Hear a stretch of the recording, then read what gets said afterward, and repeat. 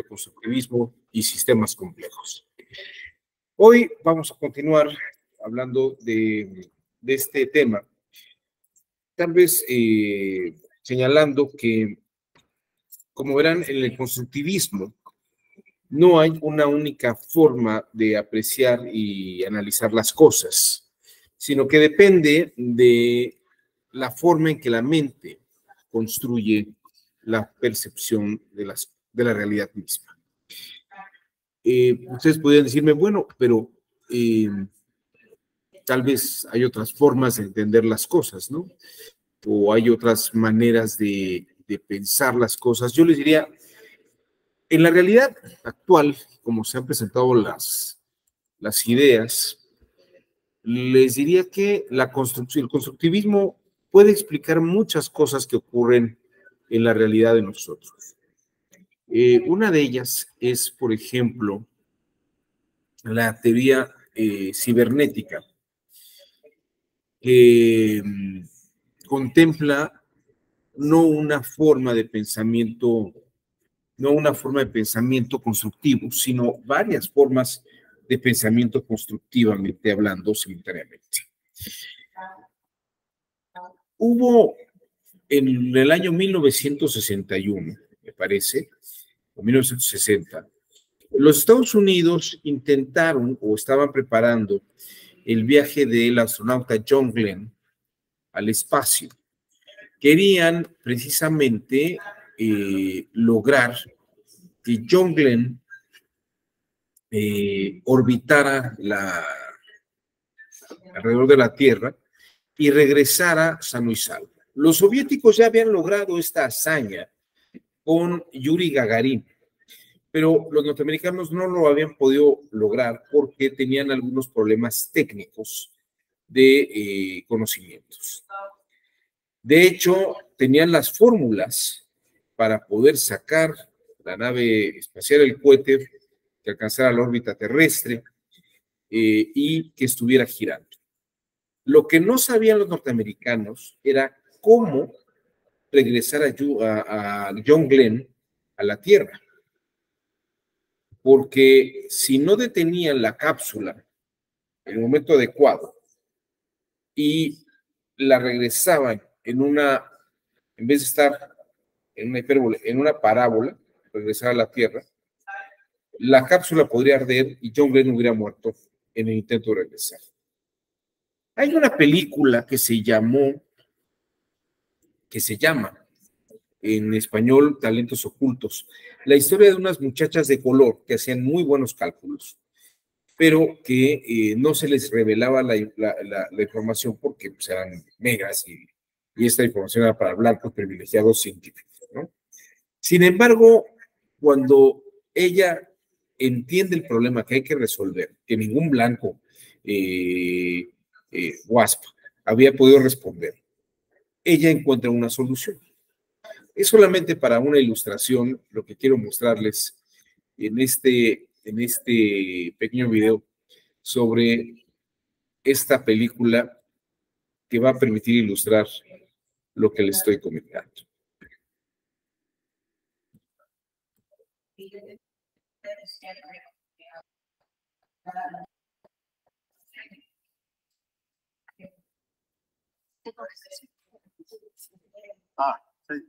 déjalo allá. Y los cálculos de Stafford del caso. No estoy emocionada. No estás emocionada. ¿Sabes lo que hacemos aquí? Queremos viajar al espacio. Exacto. Así que ya tira eso a la basura. Y si te lo tiran allá. No es un insulto a tu trabajo, solo que es obsoleto. Así de rápido se mueven las cosas por aquí. Si me disculpara, me disculparía todo el día. Lo que te pido que hagas, lo que le pido a todos ahí afuera, a todos mis genios que vean más allá de nosotros. Incluso vean lo que hay abajo. No sabemos cómo ir. Matemáticas que todavía no existen. De otra forma no lograremos nada. Nos quedaremos en tierra, no viajaremos al espacio, no Rodearemos la Tierra y jamás llegaremos a la Luna. En mi mente. En mi mente que llegamos a la Luna. El cohete realizó unas experiencias, pero la cápsula no alcanzó la velocidad para entrar en órbita, así que cayó. En esencia, un triángulo. Tierra, subórbita, Tierra. Ya conocemos los datos. Eso llevó a Shepard, llevó a Grayson, pero no llevará a alguien. Ahora, el cohete Atlas puede hacerlo entrar en órbita. Subirá y la cápsula entrará en una órbita elíptica. La gravedad seguirá atrayéndola, pero irá tan rápido que no caerá a la Tierra. Se quedará en órbita. Ahora, hacerla regresar es lo que no sabemos cómo. Sí, Catherine. Entonces la cápsula girará alrededor de la Tierra para seguir porque no hay tiempo. Eso es. Tenemos que frenarla justo en el momento preciso, justo a la velocidad precisa. Ahí está la Tierra. Sí, Catherine. Así que hay que pasar de una órbita a una órbita para Sí. De eso es lo que hay que lograr. Ahora, este punto es crucial. Si entras antes de tiempo, va a arder al regreso. Exacto. Si tardamos demasiado, escapará de la gravedad de la Tierra. cualquier cambio en la masa, peso, velocidad, tiempo, distancia, fricción o una ráfaga alteraría toda la ecuación y todo habría que regularse. Sí. Ahora, entonces, necesitamos poder elegir este punto de reingreso. Y esta ventana de aquí debe ser exacta. El problema es cuando la cápsula pasa de una órbita elíptica a una órbita parabólica. No hay fórmula matemática para eso. Podemos calcular el lanzamiento y el aterrizaje, pero sin esta conversión, la cápsula se queda en órbita, no regresa. Tal vez lo estamos atacando mal. ¿Por qué, señor? Tal vez no sea una fórmula nueva. Con matemáticas antiguas. Algo que se asemeje al problema numéricamente y las matemáticas son confiables. Para ti lo son.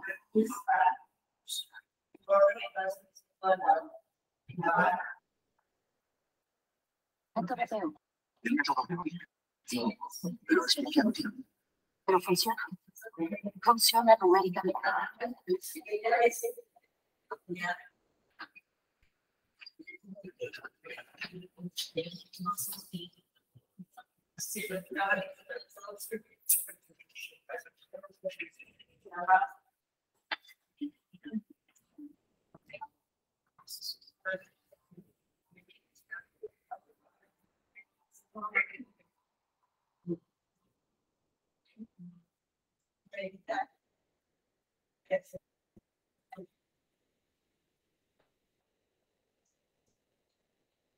Ahí ya está. Haz el informe. Bueno, ahí tienen ustedes un ejemplo, y es un muy buen ejemplo, de que no hay una única forma para hacer todo. No hay una única manera de entender las cosas. Hay una matemática para sacar a John Glenn al espacio, hay otra matemática para hacerlo regresar, pero son dos matemáticas totalmente distintas. ¿Qué quiere decir esto? Quiere decir que la mente encuentra formas y herramientas para hacer una cosa, pero esa forma de pensamiento y esa manera de hacer las cosas no necesariamente quiere decir que sirva para hacer otras. En lo que podríamos llamar el mundo de la posmodernidad, no hay una modernidad que rija todo el conocimiento, sino que hay varias modernidades.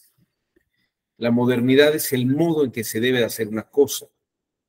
Hoy en día hay quien dice que el formalismo jurídico está muy superado, que el positivismo keynesiano, y hablan sobre Guastini, la propuesta constitucionalista, y a mí me parece que esto es un pensamiento todavía muy de vieja guardia, porque en una época donde combinamos sistemas, combinamos metodologías, Y precisamente la idea de la combinación de metodologías y lo que ha permitido los avances de la ciencia en varios campos es porque tenemos grupos multidisciplinarios, interdisciplinarios y transdisciplinarios, que construyen las formas de percepción de la realidad de diversas maneras.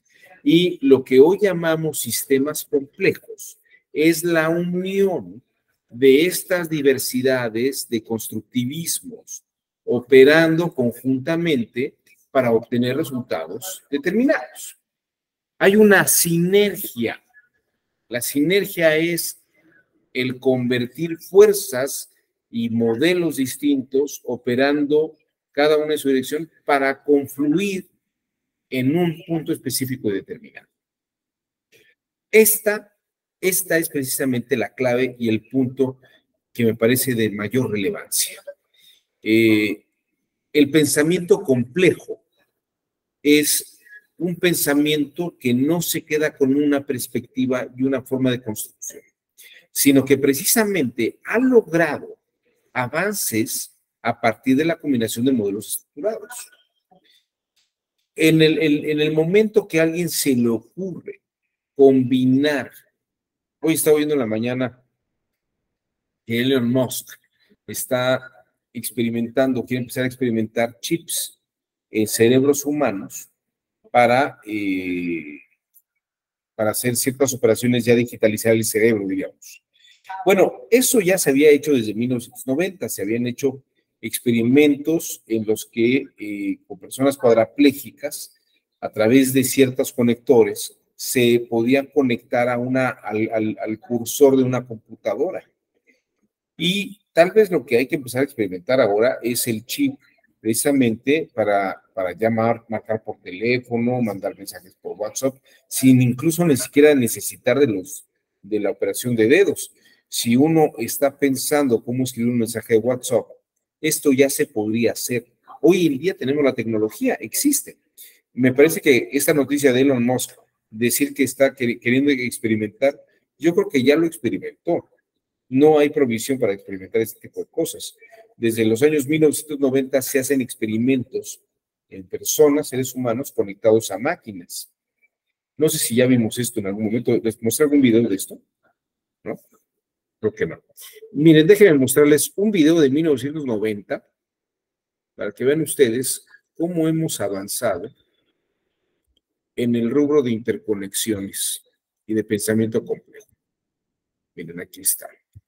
Esto que ven aquí es una interfase rústica, porque ahora ya pues, tenemos el chips inalámbricos, es una interfase cerebro-computadora.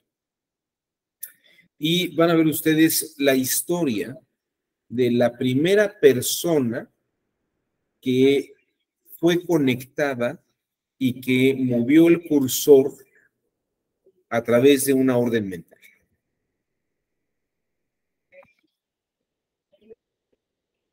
Mientras más aprendemos sobre el cerebro, más asombroso parece.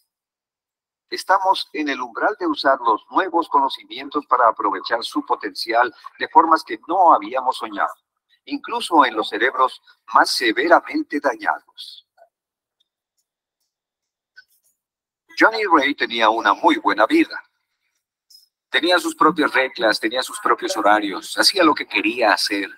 Estaba casado y con hijos. Tenía 52 años y había estado muy activo durante toda su vida y trabajaba todos los días. Entonces, de pronto, un vaso sanguíneo estalló en la base de su cerebro. El extenso daño lo dejó incapaz de moverse y hablar. Pero sus médicos sabían que estaba alerta. Aún podía pensar, aún era capaz de comunicar ideas. Y nos lo podía demostrar parpadeando, así que sabíamos que había una habilidad, que algo en él podía responder. A sus médicos se les ocurrió una idea revolucionaria que dependía de la plasticidad de su cerebro. Si funcionaba, cambiaría los límites de la medicina. Le implantaron un pequeño cono que contenía 2 electrodos especialmente tratados a la parte de su cerebro que controlaba el movimiento de su mano. El aspecto único de este electrodo es que está cubierto de cristal y tiene sustancias que estimulan las células nerviosas a crecer y formar contactos llamados sinapsis. Entonces esperaron a ver si sus neuronas formaban nuevas conexiones en los electrodos. Si era así, sería posible capturar la energía eléctrica de las neuronas y usarla para conectar el cerebro de Johnny Ray directamente con una computadora. El doctor Philip Kennedy, quien inventó el aparato, creyó que cuando Johnny pensara en mover la mano, sus neuronas se activarían y esta señal eléctrica podría usarse para mover un cursor. ¿Pero realmente era posible crear un circuito entre un cerebro humano y una máquina? Tras 3 meses de pruebas había habido poco progreso. Después, finalmente, algo asombroso ocurrió. El 2 de julio de 1998, cuando Johnny Ray pensó en mover la mano, el cursor se movió. Si piensa en ello, se mueve. El cursor se mueve por su pensamiento. Si piensa en ello, el ambiente cambia por su pensamiento. Ahora estamos interactuando directamente con el ambiente y es capaz de controlarlo, pensando en él. Hola, me llamo Johnny Ray. Haga un movimiento, Johnny. ¿De acuerdo? Me llamo Johnny. A la esquina de allá, 2 segundos. Bien. Johnny Ray está usando los procesos electroquímicos en su propio cerebro para controlar un dispositivo mecánico externo. Sí, eso estuvo muy bien. Pudo mover el cursor a través de la pantalla de izquierda a derecha. Pudo entrar en cada icono y quedarse ahí los 2 segundos necesarios para registrarlo. Es un nuevo nivel de mente sobre materia y abre todo un mundo para Johnny Ray y otros como él. Fíjense que esto es una muestra de un pensamiento complejo. Ya todo el desarrollo informático por una línea, el estudio neurológico por otra, pero hoy en día un cuadrapléjico puede comunicarse a través de una computadora. E incluso hay algunas prótesis ya muy evolucionadas. Si ustedes se meten a YouTube y buscan Cybertronics, que es una compañía de prótesis de manos y de pies, hay prótesis diseñadas para mover los dedos a la orden de la mente. Parece ciencia ficción, pero ya es un hecho. Tenemos 30 años de desarrollo de esta tecnología, que ustedes acaban de ver. Por eso cuando dicen que Elon Musk quiere experimentar, pues la verdad es que ya se experimentó mucho con ese tipo de cosas. Para que se den ustedes una idea, si puedo yo pensar mover el cursor, podría yo pensar, vamos a decirlo en estos términos, pensar los números, que estoy digitando los números en un teclado, y a lo mejor el chip te reconoce y puedo hablar por teléfono, ¿no? Ya nada más me pongo aquí el audio o hasta podrían integrar pequeñas bocinas en nuestras orejas con micrófonos para que ya no tengamos que ponernos ni siquiera los chicharitos estos o los audífonos o un manos libres. O sea, estaremos con un manos libres todo el tiempo y estaremos viviendo una especie de telepatía y telecomunicación casi con estas tecnologías. Esto es producto del pensamiento complejo. O sea, hay una tecnología para hacer una cosa, hay otra tecnología para hacer otra. Esto de teléfono, bueno, teléfono celular en general, es una mezcla de cámara digital con telefonía, con redes inalámbricas. Este es un producto de un sistema complejo que de alguna manera interconecta modelos de construcción. Si solamente hubiéramos utilizado una ciencia de tipo informático y cibernético, nos habremos quedado con una sola línea de conocimiento. Pero Precisamente los neurólogos desarrollaron toda una línea distinta, los biólogos desarrollaron otra línea distinta. Hoy, por ejemplo, hablar de alimentos transgénicos, el transgénico es precisamente producto de tecnologías constructivas distintas. Por un lado, pues los biólogos tienen una forma de percibir y construir la biología, tal como la aprendimos nosotros en la secundaria y como la ciencia de la biología nos lo presenta. Pero en el momento que la bioquímica, esta mezcla entre química y biología, la bioquímica era el conocimiento de los químicos en la biología. Y era ya un avance maravilloso saber cómo la química se interactuaba con la biología. Pero yo creo que a nadie en la secundaria se le ocurrió, jamás, ni en la preparatoria, o cuando estudiábamos esto, combinar, así como podía existir ingeniería química, empezar a hacer ingeniería bioquímica y de ahí saltar a la ingeniería zooquímica, ¿no? O zoobioquímica, y empezar incluso a hablar sobre procesos de ADN, modificaciones de ADN. El transgénico, tal vez ustedes no han oído hablar de él, pero no han terminado de ver exactamente qué es. El transgénico incluso propone la unión de realidades que en el mundo natural no se podrían dar. Por ejemplo, la proteína del jamón de cerdo, que pudiera estar en combinación con unas semillas de amaranto. O sea, ¿cuándo el cerdo y el amaranto se iban a juntar? Nunca. Pero puedo extraer bioquímicamente sustancias del cerdo y del amaranto y hacer ingeniería genética. Al principio esto fue muy peligroso y de hecho hubo un caso muy sonado en el mundo, tal vez ustedes no recordarán esto, o tal vez sí. Hace casi 30 años se habló de una cosa que se llamaban las vacas locas. La vaca loca era una vaca que se daba en Inglaterra, exclusivamente en Inglaterra.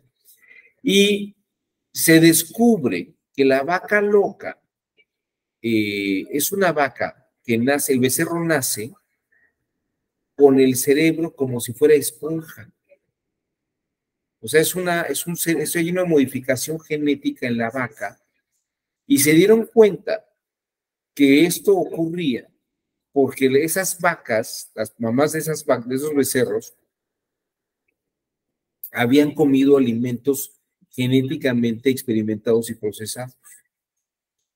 El escándalo de eso fue cuando en México decían que había una sobreproducción de esos granos y querían vendérselos a algunos países de América Latina, entre ellos México. En aquel entonces, la Zagarpa, me parece, que era la que se encargaba de eso, se negó a comprar esos granos y los mandó porque precisamente les parecía muy sospechoso esto que estaba generándose, ¿no? El alimento transgénico ese alimento transgénico es un producto experimental, que ahí precisamente lo que se estaba proponiendo es que hubiera mayores controles de alimentos transgénicos, que hubiera más controles de alimentos transgénicos. En ese sentido, el pensamiento complejo está traspasando fronteras. De hecho, está teniendo conocimientos de frontera más allá de lo que pudiéramos pensar. El saber que ustedes vieron ayer que los teóricos del constructivismo, entre ellos Brandt, el esposo de Margaret Mead, él formó parte de las conferencias Macy's. Las conferencias Macy's fueron unas conferencias que patrocinó la Fundación Rockefeller para desarrollo de una cultura cibernética. Y si ustedes me permiten, voy a explicar ahora qué es la cibernética, que es un modelo de pensamiento complejo vinculado, en el que se vinculan muchos otros saberes. Si me permiten, vamos a ver estas láminas. A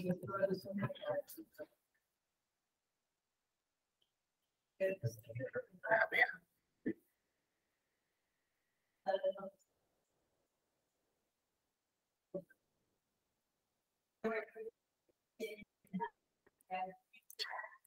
Voy a tratar de explicar esto de una manera muy sintética.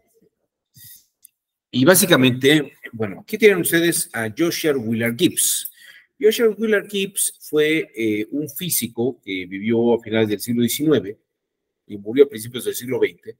Y él desarrolla lo que se llaman las leyes de la termodinámica. Las leyes de la termodinámica, en síntesis, y la que nos interesa a nosotros en particular, es la segunda ley de la termodinámica, que plantea lo siguiente. Y fíjese, estoy utilizando el lenguaje y el vocabulario de la física porque ahí es donde comienza todo esto. Gibbs dice en la segunda ley de la termodinámica que todo lo que hay en el mundo físico tiende a desordenarse. La entropía es la tendencia al desorden. Mientras menos entropía hay menos desorden. Es decir, por ejemplo, si tenemos una buena alimentación, si hacemos ejercicio, si cuidamos nuestra salud en general, nuestro cuerpo se mantiene de una manera ordenada, operando sanamente. Pero si empezamos a descuidar el cuerpo, si suben nuestros niveles de triglicéridos, colesterol, azúcar, empezamos a tener hígado graso, nuestro cuerpo empieza a tener una tendencia al desorden.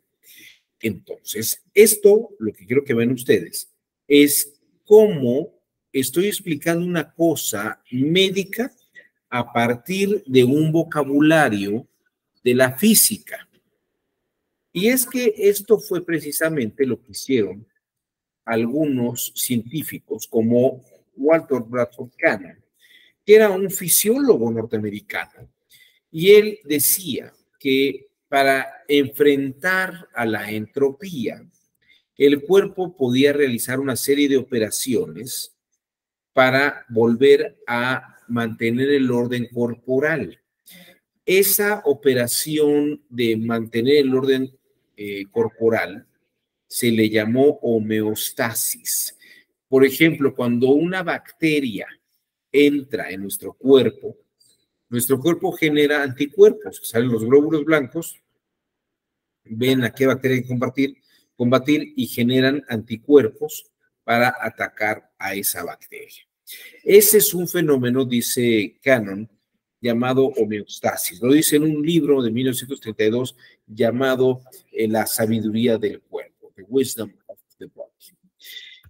Prácticamente, a partir de estas tendencias que se dan cuenta, ustedes son de los años 30, de los años 1920, 1930, el cuerpo humano está empezando a ser considerado como estructuras que tienen aparatos y esos aparatos operan sistémicamente. Por ejemplo, el aparato digestivo tiene estómago, intestino delgado, intestino grueso, la boca, los dientes, el esófago, la tráquea. Todo eso es un aparato que opera sistémicamente. El aparato respiratorio es otro aparato que también opera sistémicamente. Tiene órganos que operan sistémicamente. Y pues tenemos también, aunque no está en una forma de aparato, toda una red de sistemas, de nervios y de glándulas que generan los sistemas nerviosos y el sistema endócrino. Y de alguna manera, el mantener, ¿qué es esto? Mantener el orden de los sistemas mantiene la estabilidad del cuerpo.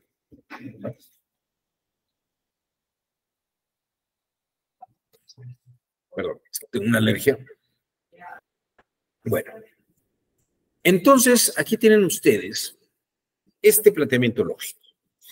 en el que estamos explicando el desorden del sistema como si el cuerpo tuviera una estabilidad sistémica corporativa de aparatos, y en la medida que el cuerpo se mantiene estable, es menos entrópico. En el momento que hay alguna patología o una enfermedad, el cuerpo humano se vuelve más entrópico, tiene más desorden. Y el cuerpo tiene que buscar formas homeostáticas para mantener su estabilidad. Y el entorno en el cual se encuentra el cuerpo, el entorno interactúa con esa estabilidad sistémica. Si nosotros estamos acostumbrados a vivir en un clima caluroso y de pronto empieza a hacer mucho frío o nos trasladan a un lugar muy frío, pues podríamos morir de hipotermia. Y, por ejemplo, si estamos en una zona fría, pensemos en la película Titanic, ¿no? Donde Leonardo DiCaprio deja a Rose arriba de una lancha, de una tabla, y él permanece en el agua. Si él hubiera sido esquimal, tal vez hubiera aguantado un poco más, pero como no era esquimal, era un norteamericano que había estado en Inglaterra y quería regresar a Estados Unidos, pues él estaba acostumbrado a otro clima. Su cuerpo, estando él en el agua, empezó a latir más rápido el corazón y a generar mayor circulación de la sangre para generar calor. Pero el frío del Océano Atlántico Norte era todavía mucho más fuerte que su sistema homeostático para mantener el equilibrio corporal de la temperatura del cuerpo. El entorno contingente que precisamente contiene a Leonardo DiCaprio en la película Titanic le generó una condición entrópica. Cuando alguien vive en un lugar, vive en una contingencia, en un entorno donde su comportamiento y su vida se adapta para poder ser estable. Visto estos elementos, como ustedes verán, en estas condiciones de contingencia, por ejemplo, ahora vivimos una contingencia sanitaria, COVID-19, y esta contingencia sanitaria, precisamente, lo que estableció, a donde nos llevó, es que teníamos que tener unas salidas a la calle con tapabocas, no tocarnos, mantener sana distancia, no estar en lugares excesivamente llenos. Esto es precisamente como medidas homeostáticas para evitar la entropía. ¿Qué sería la entropía? La propagación del COVID-19 que generó tantos daños. Bueno, entonces el cerebro, cuando detecta la bacteria o detecta que hay aspectos que golpean el sistema de defensas del cuerpo o están dañando el cuerpo, da una serie de órdenes para que el cuerpo responda. Esta idea llevó a estos dos señores que ven ustedes aquí. El de la derecha se llama Norbert Wiener y el de la izquierda se llama Arturo Rosenbluth. Aquí, curiosamente, están en una foto en el Hospital de Cortés. Se tomaron esta foto en ese lugar. Y ahí, Arturo Rosenbluth, en México, Arturo Rosenbluth y Norbert Wiener, trabajando para la Fundación Rockefeller, desarrollan la idea de una ciencia que controle homeostáticamente los fenómenos, las instrucciones para protegerse de los fenómenos entrópicos, tanto en seres vivos como en máquinas. Norbert Wiener fue el padre de los proyectiles teledirigidos, era un matemático muy importante en los Estados Unidos. De hecho, él propone cuando un proyectil teledirigido tiene una dirección y falla el punto, por medio de la retroalimentación que le da el sistema, dice, no le pegaste al proyectil, tienes que buscar una forma le retroalimenta, le dice, cometiste un error, te dimos tal punto y te desviaste tanto. Entonces, el sistema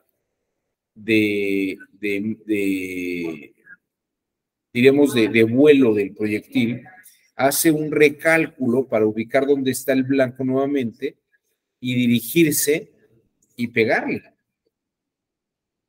En un principio, durante la Primera Guerra Mundial, el primer ensayo era que se lanzaba el proyectil, se veía que había estado en una distancia indebida, o sea, pegó adelante o pegó después, se rehacía el cálculo de cuánto tiempo se lanzaba, desde el momento que se lanzaba, cuánto tardaba en llegar hasta el punto, y a partir de eso se calculaba exactamente la posición del del objetivo, en este caso un aeroplano, y triangulaban señal de dónde estaba y la inclinación del cañón para pegarle directamente. Este es el principio del proyectil teledirigido. Esto es algo que inventaron Norbert Wiener y Oswald Veblen, al cual ven ustedes aquí con Albert Einstein. ¿Qué tiene que ver esto con el pensamiento complejo y con el constructivismo? Bueno, Norbert Wiener escribe un libro muy importante que se llama Cibernética, que tiene por subtítulo Teoría del control y la comunicación, sea en máquina o en el animal. Y lo que va a decir Norbert Wiener es que todo ser vivo o todo cuerpo mecánico funciona como sistema y puede ser objeto de procesos entrópicos,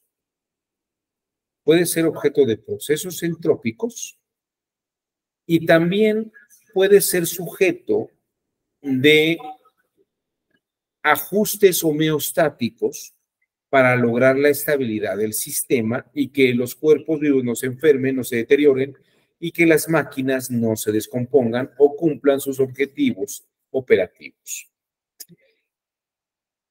El nombre de cibernética viene del griego kibernetes, que significa piloto en griego. Y el kibernetes, el piloto, es el que da las instrucciones en los barcos para que en situaciones complejas la tripulación sepa qué hacer y no se hunda la nave. Una tormenta es una condición entrópica en la que el kibernetes debe saber dar las instrucciones para que la nave no zozobre. La palabra kibernetes, si la romanceamos al español, pasa de kibernos a cubernos, de allí a gubernos y de allí a gobierno. Entonces, como verán ustedes, la cibernética es una ciencia que comienza con estudios de física y matemáticas, pasa a la biología, se consolida en la mecánica y de allí algunos teóricos de la cibernética que siguen a Norbert Wiener consolidan este saber en el que incluso equiparan el cerebro con un sistema informático en el que a través de los cables o los nervios del sistema nervioso, o los cables del sistema, se pueden enviar instrucciones al sistema para que opere homeostáticamente y reaccione a fenómenos entrópicos.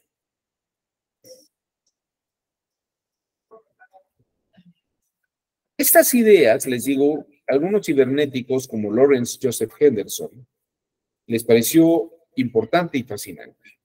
Y él empezó a dar una serie de conferencias en la Universidad de Harvard, a la cual asistieron personajes como Elton Mayo, Talcott Parsons y Robert Merton. Talcott Parsons y Elton Mayo trasladaron la idea de la cibernética, del ser vivo y de las máquinas a los sistemas sociales.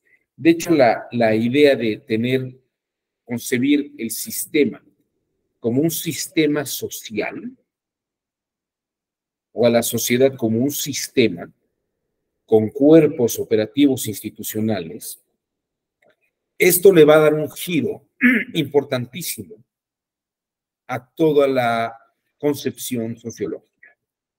Talcott Parsons crea el Departamento de Relaciones Sociales en los Estados Unidos y a su vez tenía subordinado un centro de estudios cognitivos con la idea de unir psicología, sociología, antropología, a modo de entender la sociedad como un sistema operativo. Discípulos de Talcott Parsons son Jürgen Habermas y Niklas Luhmann, ambos teóricos de las comunicaciones contemporáneas. Habermas y Luhmann son asistentes de Talcott Parsons y trasladan la idea de la teoría de sistemas a las ciencias sociales con mayor éxito y mayor amplitud.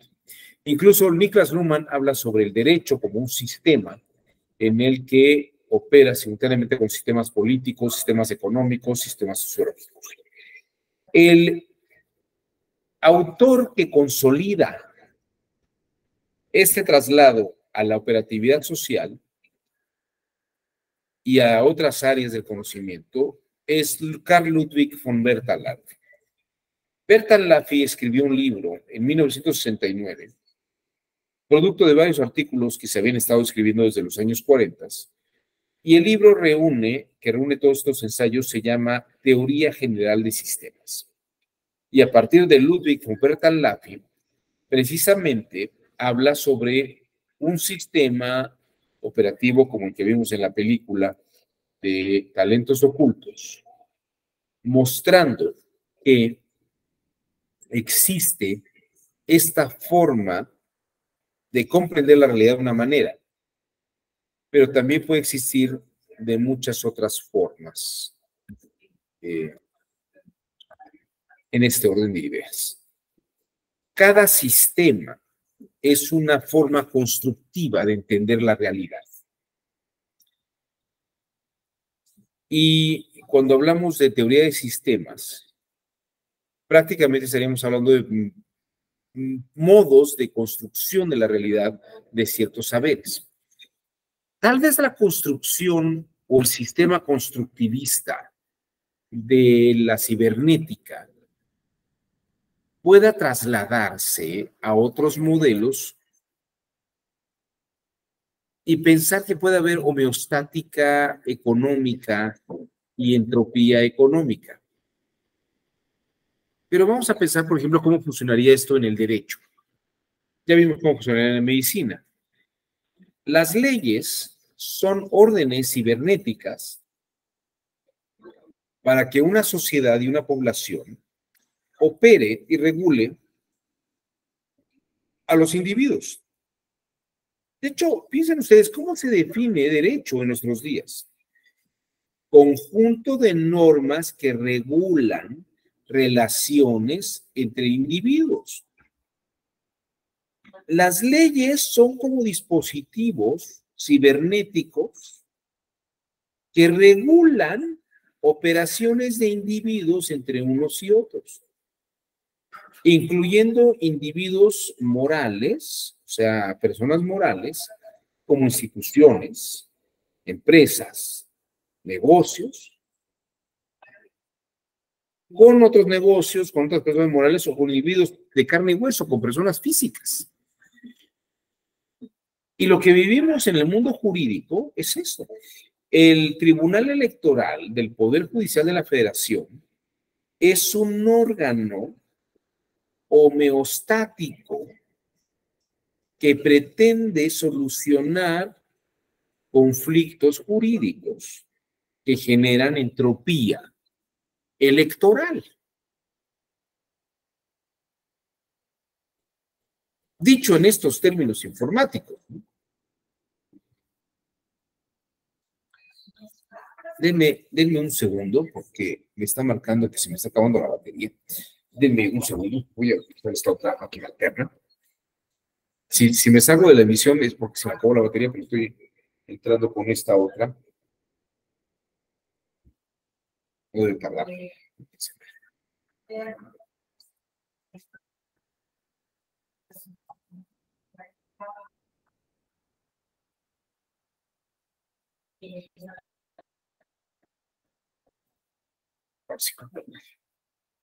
Según eso me quedan todavía 11 minutos de esta batería. Entonces me da tiempo de que prenda esta otra.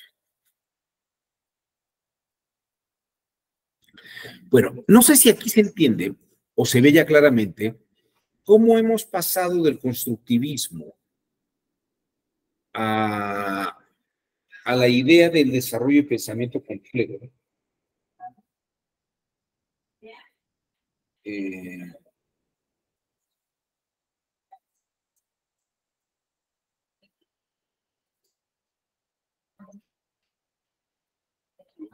Para.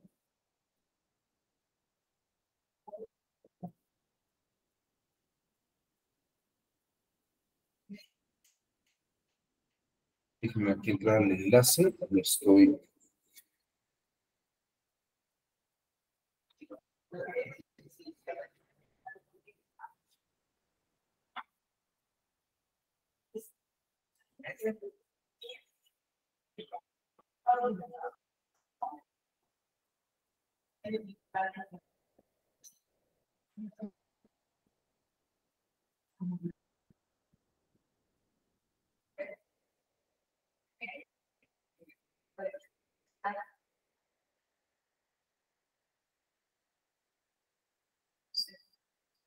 Eso con ustedes, ya está esto.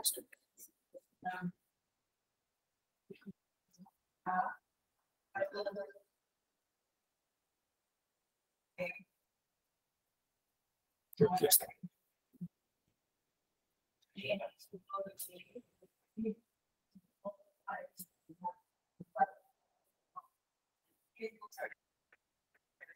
Esto es un sistema cibernético en el que, fíjense, tengo una condición entrópica que se me está acabando la batería acá. Es donde tengo la presentación. Y estoy haciendo una operación homeostática.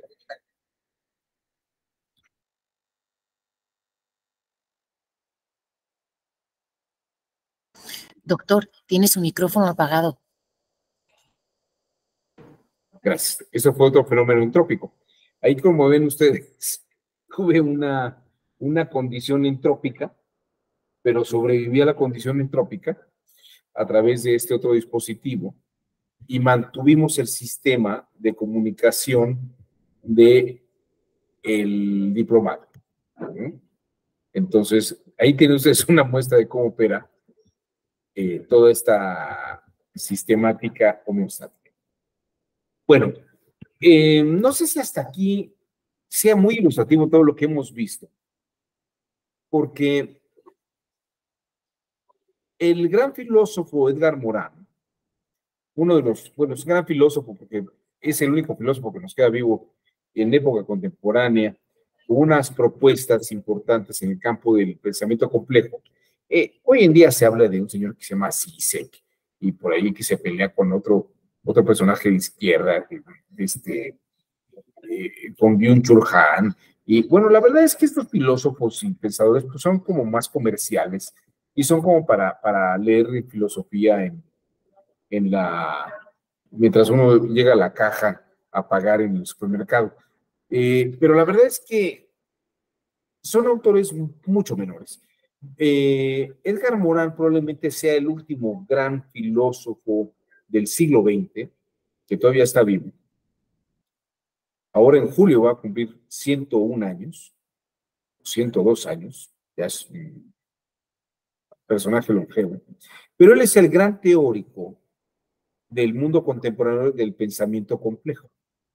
Y no solamente habla sobre lo que hemos platicado el día de hoy, del pensamiento complejo en cuanto a sistemas biológicos, de física, de química, de cibernética, de epistemologías, sino que Edgar Morin dice, el pensamiento complejo debe de alcanzar otros sistemas. Fíjense, otros sistemas, ¿como cuáles? Como el sistema religioso, o sea, la religión, los sistemas éticos, los sistemas filosóficos. Edgar Morin incluye en el pensamiento de la complejidad a las humanidades. Y hay algunos autores, incluso el mismo Jean Piaget, uno de los padres del constructivismo, en su clasificación sobre las ciencias, habla de las ciencias humanas. No porque sean experimentales, sino porque pueden contemplarse como construcciones epistemológicas. Y en este contexto estamos en una frontera nueva, porque no habíamos mezclado a Platón con la cibernética ni con el constructivismo. No habíamos mezclado a Immanuel Kant o a David Hume con los parámetros de las matemáticas espaciales. Es decir, estamos en un momento de la humanidad. Hemos vivido en la historia de la humanidad la historia de la evolución del pensamiento humano en la filosofía, en la matemática, en la medicina, en la ingeniería, en todas estas áreas. Pero estamos en un momento de la historia de la humanidad donde estamos como haciendo una recapitulación, porque además esto es lo que ha ocurrido. En el momento que el teléfono celular reúne cámara digital, telefonía e internet, también está ocurriendo que ahora tal vez podríamos mezclar temas de ética, temas de biología. En el momento que Elon Musk dice, vamos a conectar un chip para conectarnos al celular, incluso pensar qué implicaciones éticas tiene eso. Hace unos meses, desde enero para acá, se ha dado difusión al Código de Ética del Poder Judicial de la Federación. Perdón, el Código de Ética, el nuevo Código Modelo de Ética del Tribunal Electoral del Poder Judicial de la Federación. Este Código de Ética tiene unas innovaciones muy importantes que no existen en ningún otro Código de Ética, que es precisamente cómo debe actuar el operador jurisdiccional, las y los magistrados, en su relación con las personas en redes sociales. Nunca se había hablado de eso. No hay ni una sola línea en ninguna de las éticas de Aristóteles, en ninguno de los diálogos de Platón, ni en Adam Smith, ni en los tratados de ética de Hutchinson. En ninguno de estos autores se habla sobre cómo relacionarse a través de una red social donde ya no hay una frontera entre el servidor público, el funcionario y la gente. Hoy en día, cualquier ciudadana o ciudadano le puede mentar la madre a la ministra presidenta de la Suprema Corte de Justicia en redes sociales, sin anonimato, e incluso de una manera abierta, porque tiene derecho a la libertad de expresión y tiene derechos humanos en las que se le protege su integridad y su libertad de expresión.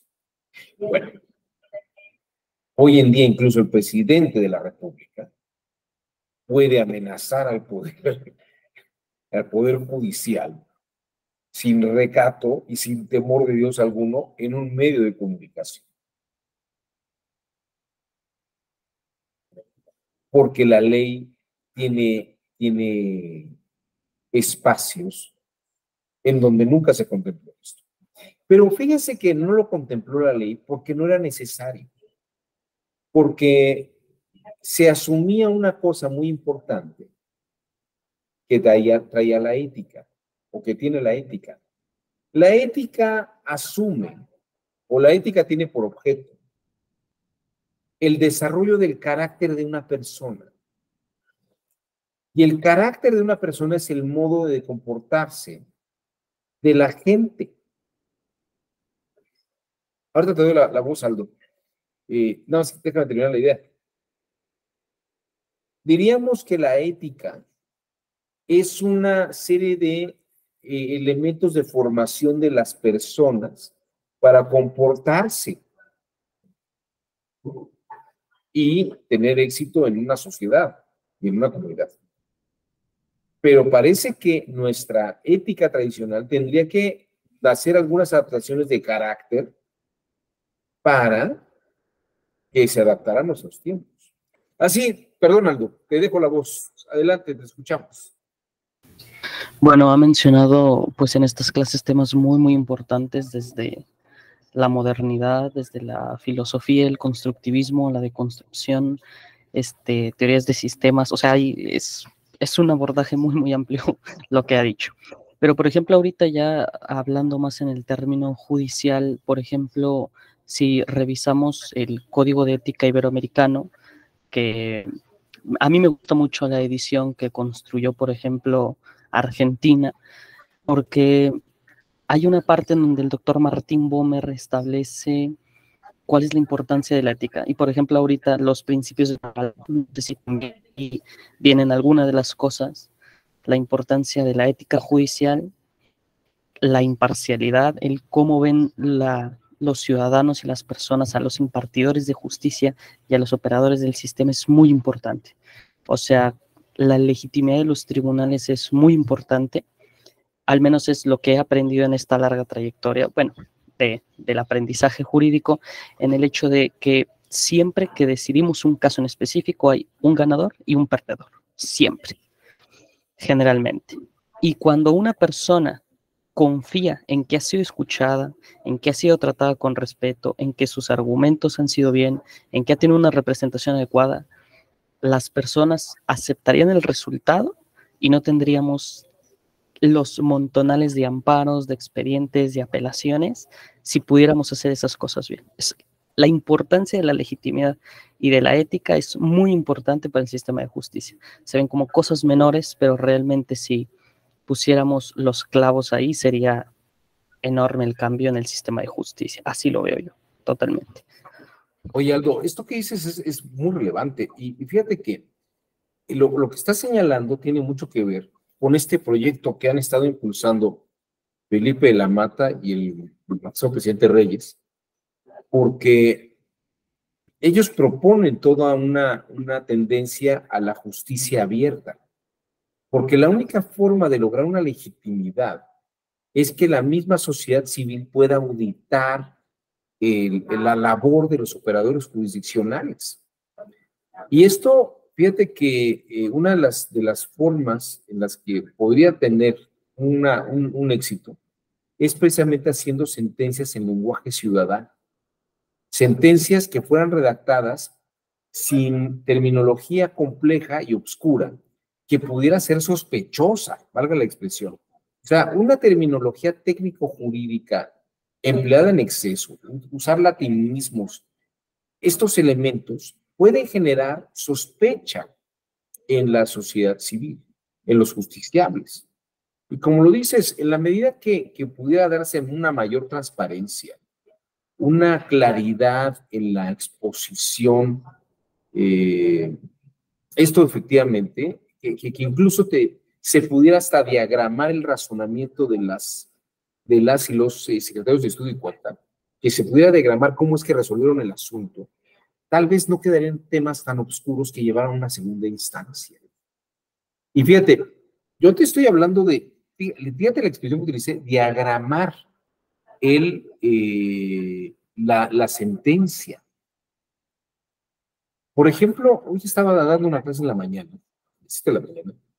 para el Tribunal de Justicia Administrativa, y le estaba explicando que la tópica es como hacer un inventario de temas. Y una de las cosas que ahora se hacen en las sentencias, o que sugiere la Corte Interamericana, que sugiere la Suprema Corte, es que los párrafos estén numerados, porque los párrafos numerados te dan una idea concreta de lo que se está desarrollando en la sentencia. Porque cuando antes la gente veía la sentencia o estaba en una revisión de sentencia, no sé, yo creo que todo el mundo veía los expedientes con post-its y así hojitas de colores que dividirían una parte de otra, ¿no? Eso es hacer tópica. Hacer tópica es como dividir temas, aislar asuntos, ver en qué parte del expediente está eso. Pero fíjate qué interesante sería que en vez de que tuviéramos esas hojas completas y tuviéramos que estarle poniendo papelitos y marcarle, que pudiéramos decir párrafo 1, párrafo 27, párrafo 28, párrafo 29, párrafo 32, son donde están, ahí están los post-its, ¿no? Pero que ya viniera estructurada la sentencia, si fuera una revisión, ¿no? Pero si no, que incluso los litigantes, los demandantes, los denunciantes, presentaran sus escritos de esta forma. Aquí te va el párrafo 1 con esta idea, el párrafo 3, y ya la Secretaría de Estudio y Cuenta pues va descartando, ¿no? Este argumento en este párrafo es infundado, este es inoperante, o este se opera, ¿no? El trabajo sería mucho más rápido, pero fíjate que esta forma de estructurar las sentencias y de hacer la operación jurídica sería como incluir la parte de la ingeniería del diagrama de flujo en la mecánica procesal jurídica. Si pudiéramos lograr esto, se daría una claridad casi impecable de cómo siempre habrá quien impugne, ¿no? Porque dirá, tal vez no considere usted esto, pero ya son aspectos más puntuales y menos difusos. Es por un lado. Ahora, hay otra cosa en la que una máquina jamás va a reemplazar al ser humano. Y es que el lenguaje jurídico no es un lenguaje binario de todo o nada. No son conceptos cerrados como la matemática. Un ángulo recto es un ángulo de 90 grados. Pero, por ejemplo, ¿cómo puedes precisar con cálculo violencia política de género? ¿Cómo puedes precisar con un cálculo matemático fraude? O sea, ¿qué determinaría precisamente en una situación ambigua? Fraude. Que lo que ocurre en el mundo real son situaciones ambiguas, contingentes y además impredecibles. En la escuela de Harvard, en la escuela de negocios de Harvard, dicen que la enseñanza se hace con el método del caso. Y es que el objetivo del método del caso es enseñar lo contingente, es enseñar cómo actuar ante lo que no es predecible, ante situaciones no previstas. En concreto, saber actuar ante la incertidumbre. Y ahí todavía tenemos que trabajar mucho en el campo del humano. Pero, fíjate, ahorita que tocaste este aspecto, si pudiéramos incorporar metodologías de otros sistemas al sistema jurídico, podríamos pulir y enfocarnos más en ciertos aspectos de trabajo. Adelante, Aldo, te escuchamos. Sí, totalmente. Bueno, yo no lo había visto como usted lo menciona. Por ejemplo, el autor en el que yo me baso se llama Tom Tyler. Él es de la escuela de Yale y, por ejemplo, él desarrolla mucho esta parte de la justicia procedimental.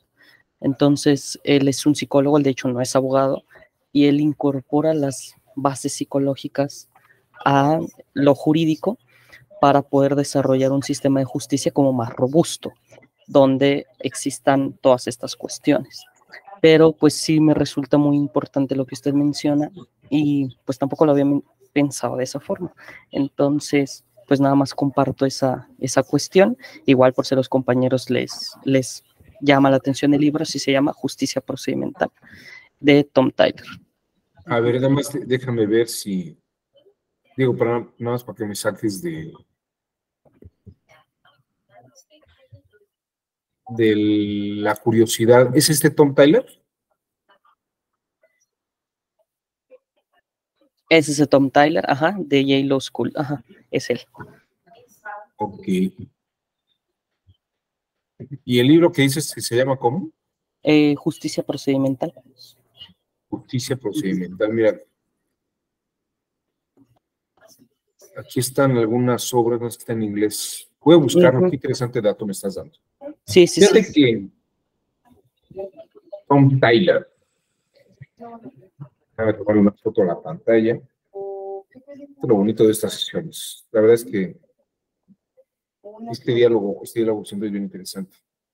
Y ahorita que hablaba, sí. Y ahorita que hablaba acerca, por ejemplo, de la eugenésica y cosas por el estilo, el profesor, no sé si, yo creo que sí, usted sí lo conoce, Michael Sandel de la Universidad de Harvard, tiene un libro que se llama contra las mejoras o en contra de las mejorías, algo así, que también pone de relieve la ética de que vamos a crear superhumanos y vamos a estar en un ámbito desigual si seguimos permitiendo que se sigan haciendo todas estas modificaciones en los genes, en los deportistas, cosas así. Sí, sí, de hecho, es muy interesante que menciones a Michael Sandel, porque efectivamente es un filósofo que está muy metido en ese campo de las teorías de la justicia y desarrolla mucho estos elementos de colaboración.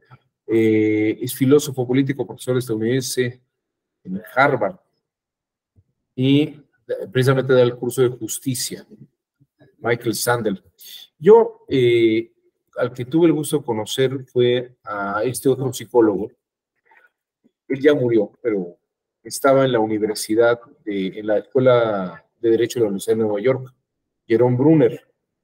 Él es otro psicólogo que trabajó el tema de constructivismo. Él es un discípulo directo de Jean Piaget. Y a mí, por ejemplo, una de las cosas que me atrajo mucho de Brunner es que él fue el único testigo vivo que todavía yo llegué a alcanzar de unas reuniones entre Jean Piaget y Hans Kelsen, porque Jean Piaget y Hans Kelsen eran muy amigos. Y él precisamente tiene un texto que se llama Minding the Law, donde habla sobre estas formas de unir el constructivismo o unir las teorías cognitivas con el campo del derecho.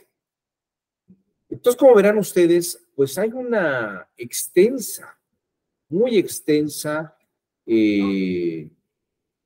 relación y aparición de modelos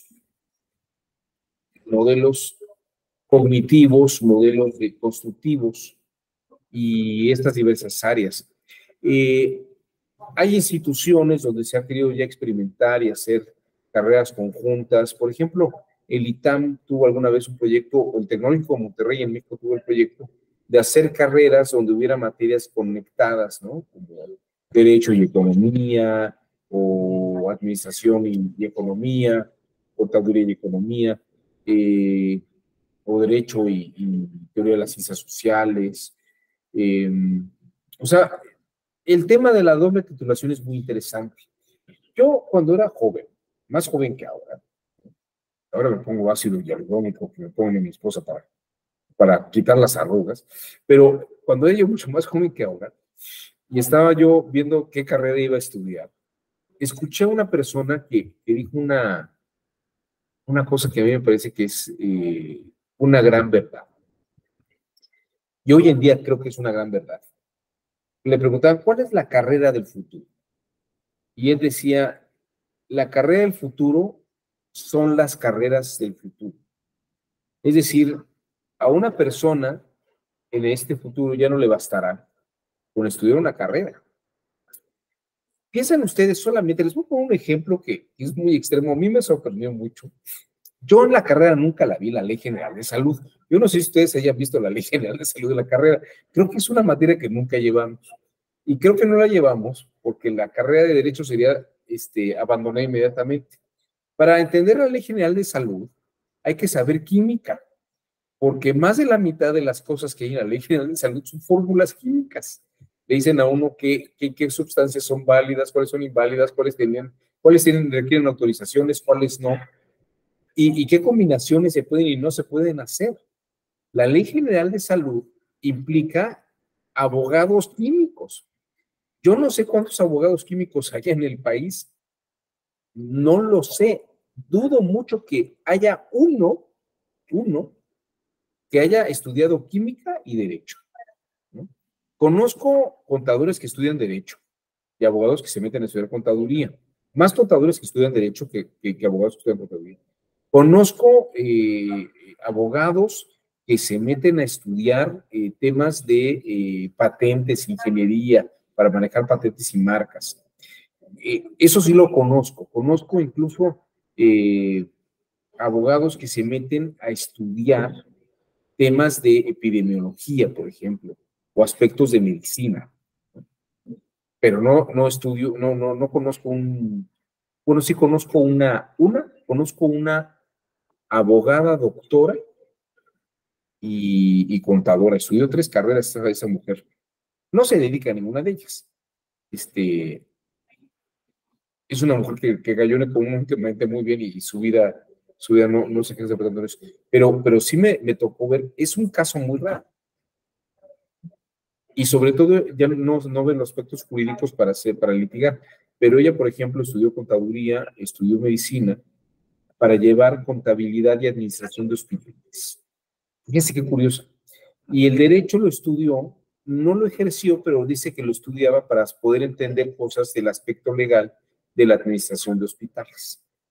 Y ver asuntos, precisamente porque a los médicos se les piden que firmen responsivas, cosas de ese tipo.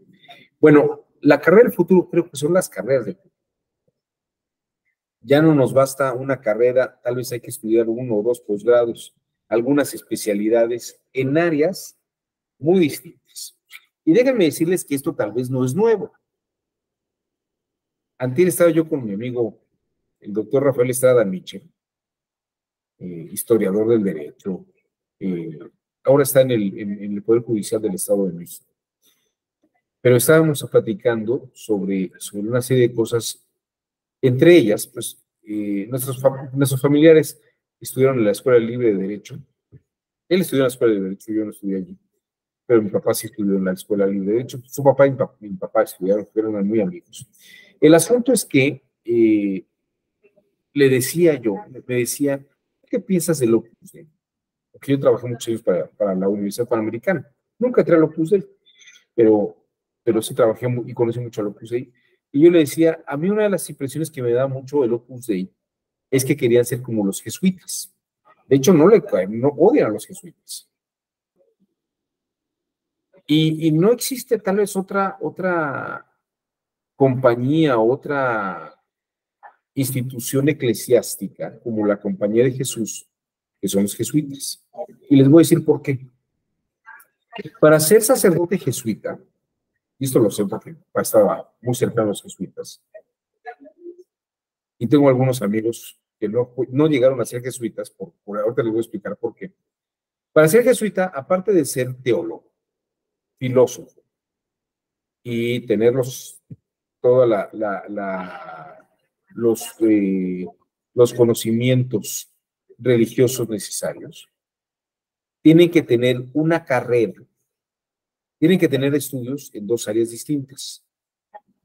Una, en una ciencia que no tenga nada que ver con la religiosidad. Es decir, pueden estudiar ingeniería, química, biología, alguna ciencia, tener un conocimiento de alguna ciencia. O bien estudiar un área de ciencias sociales, derecho, sociología, historia. Si estudian esas áreas de ciencias sociales, tendrían que estudiar 2 o 3 áreas de esas, o bien una de las áreas de ciencias exactas. Es decir, para ser sacerdote jesuita, hay que ser un laico estudiado, muy estudiado. Muchos que estaban en el seminario jesuita, ya que tocan el mundo y estudian otra cosa, ¿no?, dejan el seminario y se casan, tienen trabajo y viven su vida como profesionales. Pero ya un sacerdote jesuita es una persona que tiene conocimientos complejos. Y fíjense que no solamente de áreas de ciencias exactas, sino que también de ciencias sociales. El jesuita, híjole, le voy a vender esta idea a la Ibero, el jesuita también debe ser un experto en ciencias humanas. Y dicen que, por ejemplo, un confesor, alguien que escucha los pecados de la gente, pues puede hacer un posgrado en ciencias humanas, ¿no? Porque sabe dónde la gente se siente mal, dónde la gente se siente bien, e incluso tener ese conocimiento en una era del pensamiento completo, esto es muy valioso y muy importante. Creo que los únicos que han traído a Edgar Morán a la Ciudad de México han sido los jesuitas, ahora que lo estoy pensando. Tal vez porque están viendo en él precisamente una forma en la que la compañía de Jesús puede ser revalorada. Bueno, pero en concreto, ya cerrando esta idea, el pensamiento complejo se conforma de constructivismos en las diversas áreas del conocimiento. Y vivimos en una época en la que la complejidad vincula humanidades, ciencias sociales, ciencias exactas, y no podemos echar mano atrás. Tal vez estaremos viviendo un proceso de 100 años de interconectividad, de conexiones entre estos diversos saberes. Ya se ha logrado en algunas ciencias sociales, con las ciencias cibernéticas, y tal vez es el momento en el que las humanidades entran en este juego. Yo alguna vez, cuando estaba en la Facultad de Filosofía, había una directora que se llamaba Rocío Miriterán, le sugerí una cosa como esta alguna vez, y me quiso quemar en leña verde, ardiendo en el infierno, porque se me había ocurrido hablar de la conexión entre la filosofía y otras ciencias. Pero tal vez hoy en día la Facultad de Filosofía tenga que echarle un vistazo a esas otras áreas de conocimiento. Bueno, hasta aquí mi exposición el día de hoy sobre el constructivismo y pensamiento complejo. No sé si alguien quisiera decir algo antes de que nos vayamos. Inés Alcocer, filósofa que me está escuchando también, seguramente, no sé si tengo algo que decir, tal vez. ¿Qué decir? César, te escuchamos, levantaste la mano. Sí, profesor, tengo una pregunta. Para que ahorita que estamos tomando en cuenta los sistemas complejos, es necesario que para que algo sea un sistema complejo trabaje o tenga un carácter interdisciplinario o transdisciplinario, tomando en consideración que, por ejemplo, en el caso de la disciplina y la multidisciplina, en la disciplina es evidente de que solamente es una disciplina atendiendo una problemática. En el caso de la multidisciplina, sí hay una correlación de ciencias, pero no tienen una relación íntima para poder resolver un problema. Y tomando en consideración la conceptualización que se tiene de los sistemas complejos, he estudiado de que un requisito que deberían de tener, o lo que debe tener un sistema complejo es precisamente no solamente la unión de ciencias, ¿no? Sino que las ciencias construyan el conocimiento y tengan una postura en conjunto respecto de una problemática, ¿no? Ahorita que se trataba el tema de la ética y específicamente de la ética en el plano judicial, y lo que estaba comentando el compañero Aldo, sí me hace reflexionar de que es necesario que el sistema, bueno, que el derecho tenga que atender a otras ciencias para poder darle una certeza a la ética en el caso de los operadores del poder judicial, en el sentido de que las resoluciones que puedan emitir los tribunales pues tienen, sí, afectaciones, como bien lo dice Aldo, finalmente hay quien gana y hay quien pierde, ¿no? Entonces, la forma en la que yo puedo considerar que un tribunal está resolviendo una cuestión, pues tiene que ver, como lo decía Aldo también, la legitimidad, ¿no? ¿Qué está ponderando él a la hora de estar resolviendo? ¿Es ético a la hora de hacerlo? Quizá un tema aquí que está en el contexto electoral es el del plan B, ¿no? Porque pues genera mucha discusión en el sentido de que hay quienes dicen, no, es que es inconstitucional, no, es que sí es constitucional, ¿no? Hay que hacer el análisis y hay que ver desde qué punto de vista ellas lo están resolviendo, porque hay gente que no está conforme, ¿no? En el sentido de no saber realmente cuáles fueron los argumentos utilizados, si es ética la Suprema Corte, en ese sentido, sí es necesario que no solamente sea un cúmulo que no solamente sea una disciplina, ¿no? Sino que, y tampoco que sea un cúmulo de ciencias que intervengan en una problemática, sino que realmente, como lo dicen los textos, que funcionen de manera interdisciplinaria o al menos o transdisciplinaria, a efecto de tener una certeza del conocimiento en una perspectiva compleja, ¿no? O sea, la ética entendida no solamente desde el derecho, sino también incorporación de psicología, la criminología, la sociología, Sí. que pueda atender adecuadamente una problemática como es la ética. Fíjate, César, que te diría, la idea de la complejidad precisamente va en esa línea. Como lo acabo de señalar, resolver problemas, construir conocimiento, y no quedarse en una área nada más. Y te diría, yo no sé si llegaste a ver esa película de Russell Crowe, o tú, Aldo, la vieron, que se llamaba Una mente brillante. ¿Sí la vieron? Hay una escena donde él tiene una vivencia que le desata la idea de lo que llaman dinámicas reguladoras. Les recuerdo la escena. Ellos están en un pub, en un barecito, y llega una rubia con 4 amigas. Y entonces, él empieza a razonar. Los amigos empiezan a comentar sobre la rubia y las amigas, y todo el mundo quiere a la rubia, la más bonita de todas, ¿no? Y entonces, Russell Crowe, el papel de John Nash, desarrolla así rápidamente, lo que se llaman dinámicas reguladoras, que en términos más aterrizados es como teoría de juegos, en la que dice, se equivocan, caballeros, no peleemos por la rubia. Si nos vamos por la rubia es capaz de que nos dice que no a todos. Y si luego vamos con las amigas, a nadie le gusta ser plato de segunda mesa. Entonces las amigas nos van a votar también porque no fuimos con ellas, sino que fuimos con la rubia. Dice, en cambio, si fuéramos todos con las amigas, somos 4 y hay 4 amigas, y nadie le hace caso a la rubia. No le hacemos caso a la rubia, pero cada uno de nosotros se queda con una de las amigas. Eso es una teoría de juegos. Fíjate que es interesante porque Paul Václavic tiene un texto que se llama El arte de amargarse la vida, y dice que precisamente una de las lógicas con las que hemos operado es o todo o nada, o ganas o pierdes. Es un juego de 0 y 1. Pero fíjate que si pensáramos jurídicamente en un lenguaje de teoría de juegos, tal vez podríamos buscar soluciones en las que no pierda uno u otro. Claro, en una elección puede ser que gane uno o el otro, pero puede haber formas de amortiguar esos daños colaterales de o todo o nada, ¿no?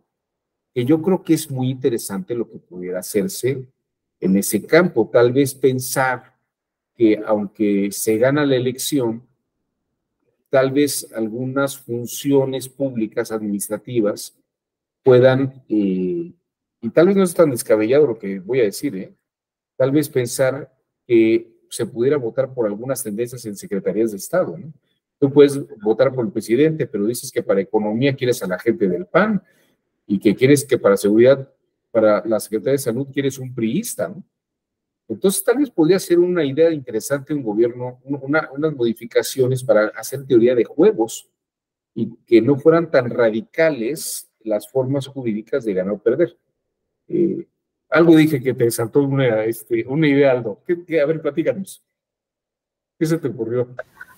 No, bueno, simple y sencillamente igual como menciona nuestro compañero César, el autor Daniel Kahneman, por ejemplo, tiene un libro con Caso Stein, que él es jurídico, él es abogado y el otro es psicólogo, y ambos cuentan como, por ejemplo, sí influye toda esta parte de las ideas humanas, de los pensamientos, de los prejuicios, de los sistemas de pensamiento en la toma de decisiones, y cómo los jueces a lo que se dedican es tomar una decisión y cómo afecta todas esas circunstancias a esa parte. Entonces sí, yo les recomendaría ese libro a nuestro compañero César, está muy interesante cómo se toman las decisiones y todo lo que las llega a viciar o cuáles son los resultados que a veces son contradictorios entre los mismos jueces. O sea, realmente vale mucho la pena. El libro es de Daniel Kahneman y se llama el libro Ruido, se llama Ruido. Sí, tiene un capítulo exclusivamente sobre toma de decisiones jurídicas. Interesante. Todo el libro es muy interesante. Incluso todo lo que él explica que es ruido, Y ahora que lo dices algo, fíjate que tienes toda la razón, es un texto sobre pensamiento complejo. No dice pensamiento complejo, pero sí es un texto de pensamiento complejo, porque une psicología con teorías de ingeniería. Incluso la explicación que da al principio sobre tiros en un blanco. Un libro interesante, sí, yo también te lo recomiendo. Bueno, ¿alguien más antes de que nos vayamos? ¿No? Bueno, alguien aquí colocó algo en el chat, creo que fue Víctor, perdón, Víctor. El constructivismo jurídico se dedica a ver los hechos en relación con las normas o las normas se interpretan para explicar los hechos. Entonces, ¿en dónde entra el juego de pruebas y razonamiento de valor para juzgar? A ver, son varias preguntas, pero aquí te diría, el constructivismo jurídico comienza con las narrativas de las partes. Una parte de la parte de demandante construye la narrativa de la demanda sobre los hechos de una manera precisamente para formar su pretensión. La defensa va a construir la narrativa de la defensa con sus acciones para decir que los hechos ocurrieron de esta otra manera y que la pretensión del demandante no tiene sentido. Entonces, ahí hay dos líneas de construcción. La forma en que las pruebas se vinculan a los hechos con esas narrativas es otra forma de constructivismo. Y te diría que la interpretación normativa, la interpretación de las normas es una forma de constructivismo. De hecho, en los tribunales, el debate entre magistradas y magistrados es un debate con base en las formas en que se construyen las interpretaciones normativas para adecuarlas a los casos concretos. No sé si queda más clara esta idea, Víctor. Perdona que respondas ahorita, pero no había visto tu pregunta. Bueno, pues ya una vez resuelto esto, de todos modos seguiremos con esto, mi querido Víctor. Tenemos todavía, si tienes todavía más ideas sobre esto, seguiremos hablando en este diplomado de epistemología jurídica electoral. Espero que le haya sido de su interés la sesión del día de hoy, la de ayer, y las que vendrán serán también muy interesantes. Nos vemos muy pronto. Que tengan ustedes excelente día. Hasta pronto. Hasta pronto, doctor. Excelente día.